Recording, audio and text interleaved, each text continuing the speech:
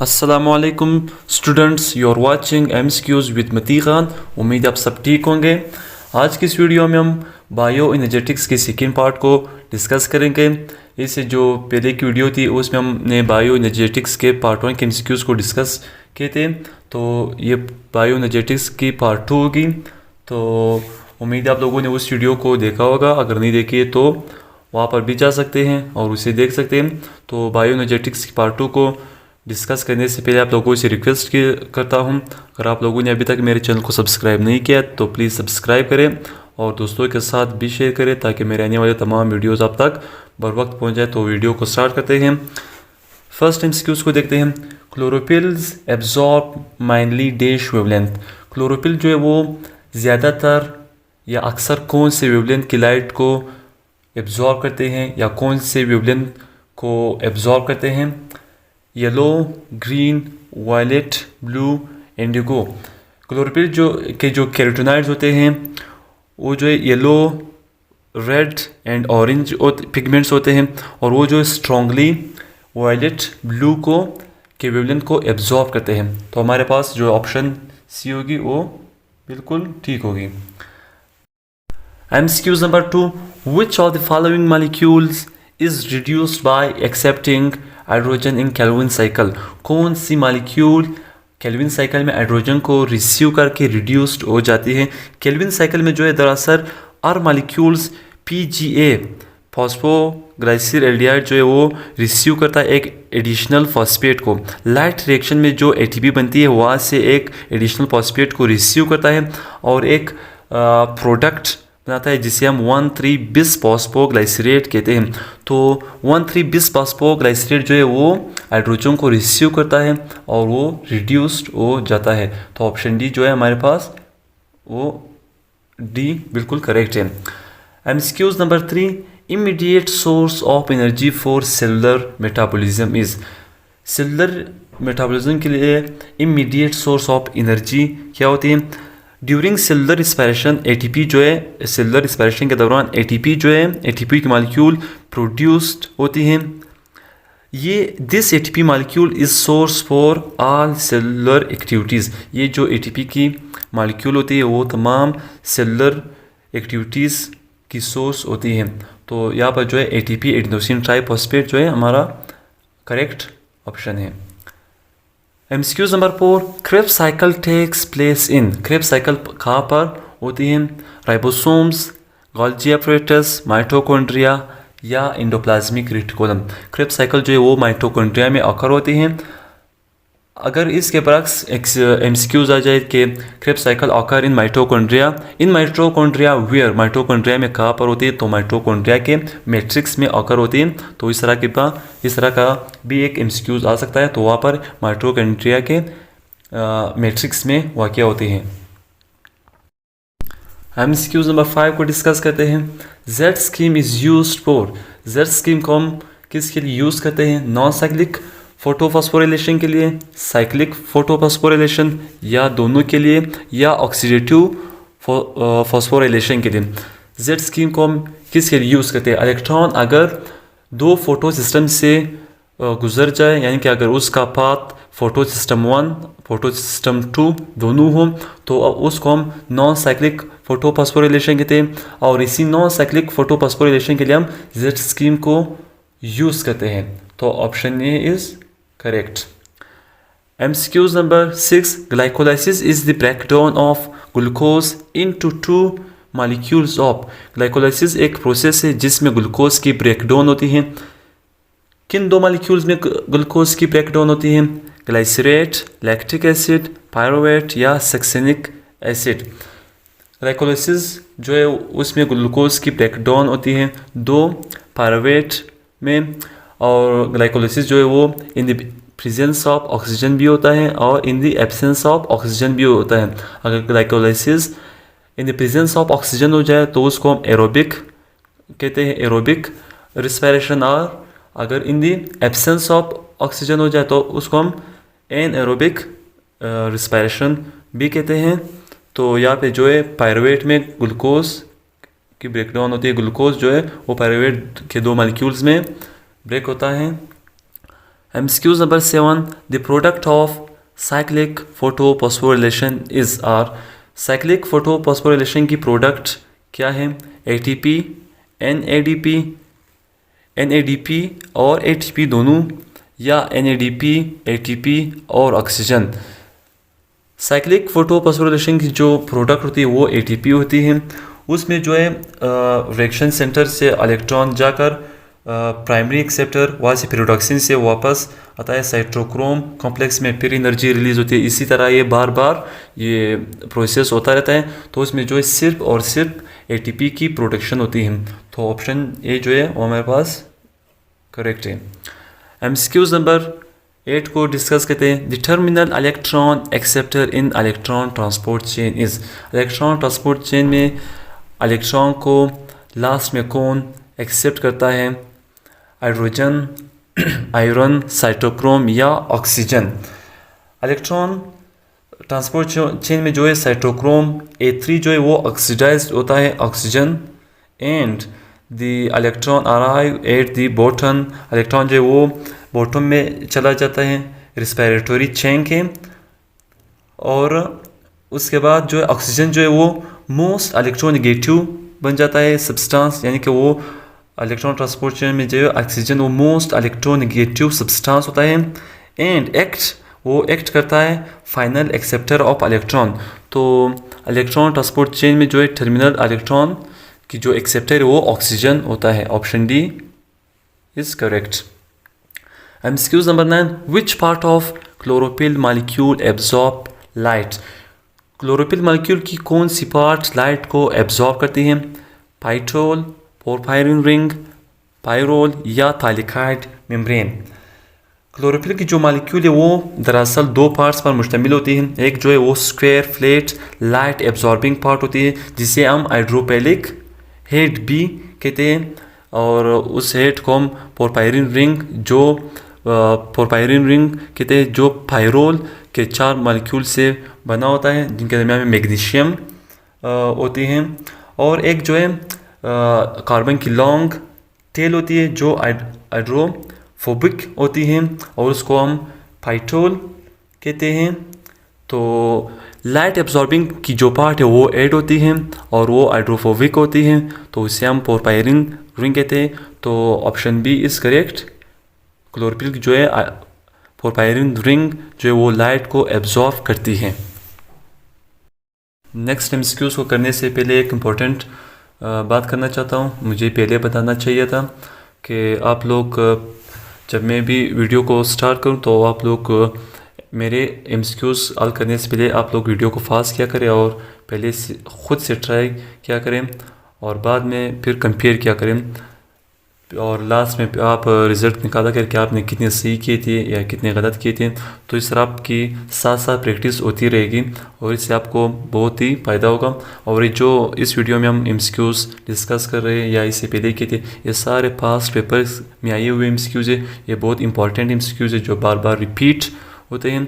अगर आप इनकी प्रैक्टिस करें और इनके कॉन्सेप्ट्स आप क्लियर कर लें तो मैं भी चांसेस है कि MCQs एग्ज़ाम्स में आ जाए, और आते भी हैं और बार बार रिपीट भी होते हैं। तो नेक्स्ट MCQs को डिस्कस करते हैं। MCQs नंबर 10 है हमारे पास। तो the most common respiratory substrate as a source of energy is.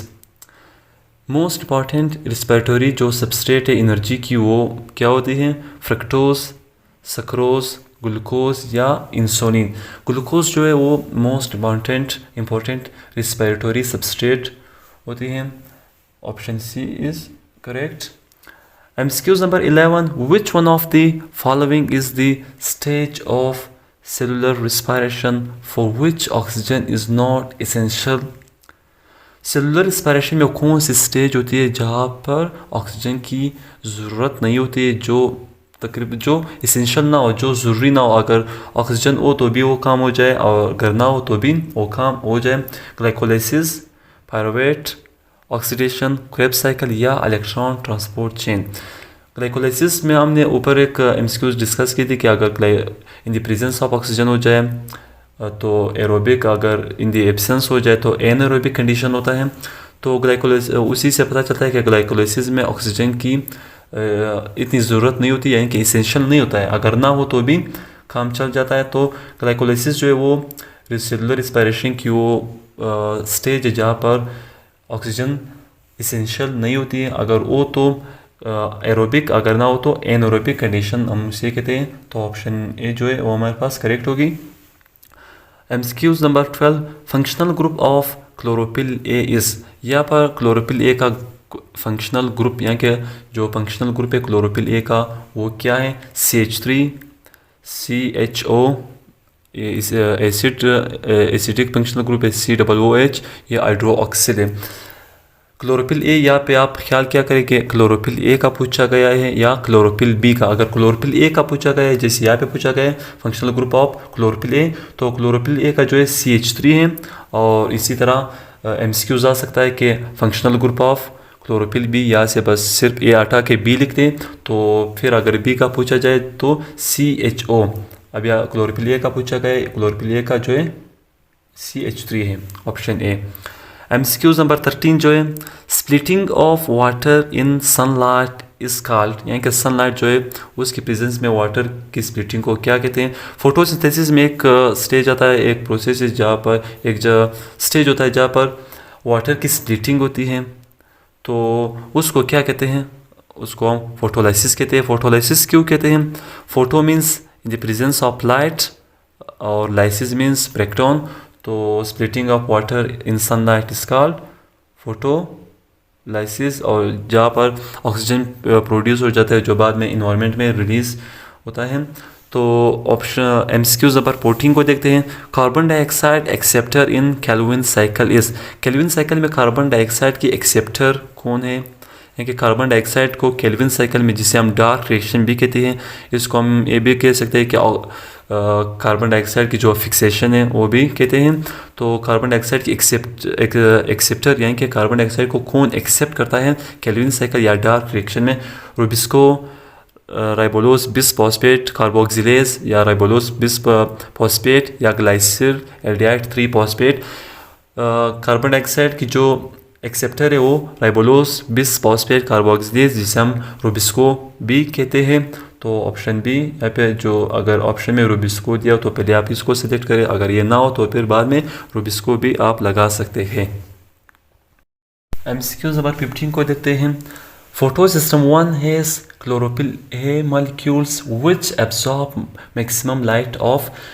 Photosystem 1 जो है वो क्लोरोफिल मॉलिक्यूल्स पर मुश्तमिल होता है, और वो कौन से वेवलेंथ के लाइट को मैक्सिमम एब्जॉर्ब करता है? 680 नैनोमीटर, 780 नैनोमीटर, 700 नैनोमीटर, या 580 नैनोमीटर। यहाँ पर फोटो सिस्टम 1 की बात हो रही है। तो फोटो सिस्टम 1 की बात अगर आ जाए तो फोटो सिस्टम 1 जो है वो मैक्सिमम लाइट एब्जॉर्ब करती है 700 नैनोमीटर की। तो ऑप्शन सी इस करेक्ट होगा। अगर इसके बरक्स फोटो सिस्टम 2 का पूछा जाए तो फोटो सिस्टम 2 के लिए आप ऑप्शन 700 नैनोमीटर नहीं देंगे, उसके लिए आप 680 नैनोमीटर का ऑप्शन देंगे। अगर 680 मौजूद होगा तो वही ऑप्शन बिल्कुल करेक्ट होगा।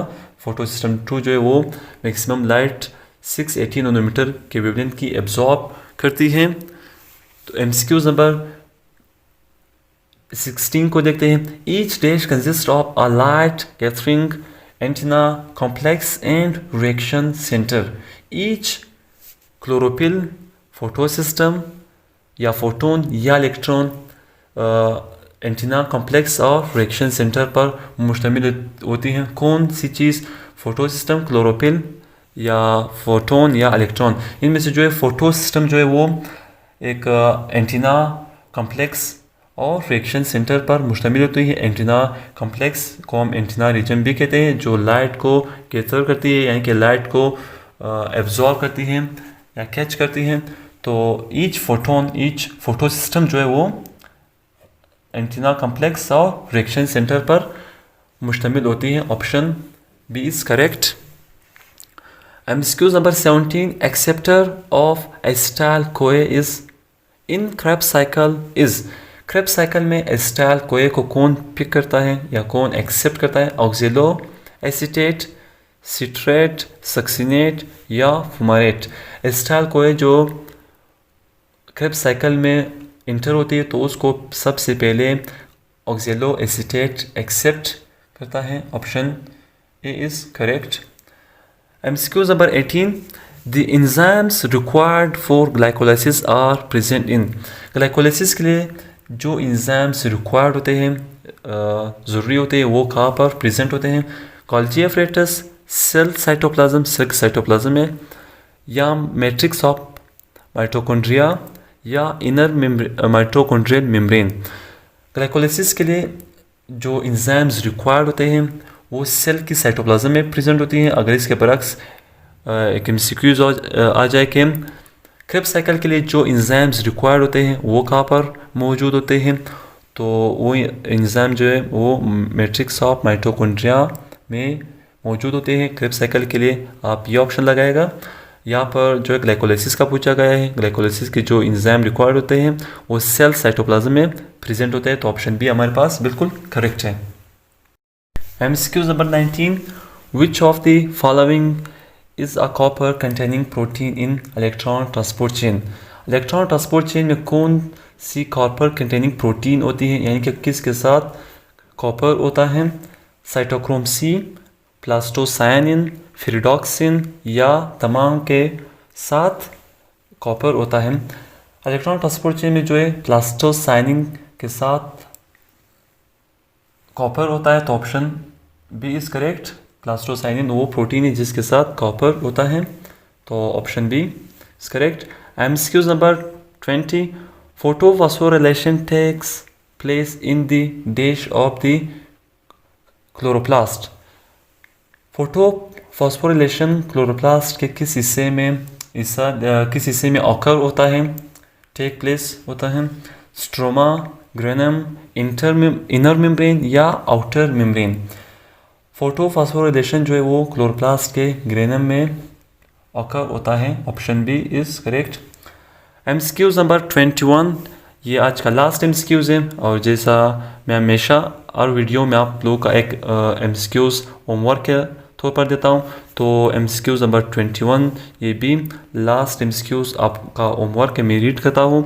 इन electron transport chain ETC, adenosine triphosphate synthesis take place when electrons move from.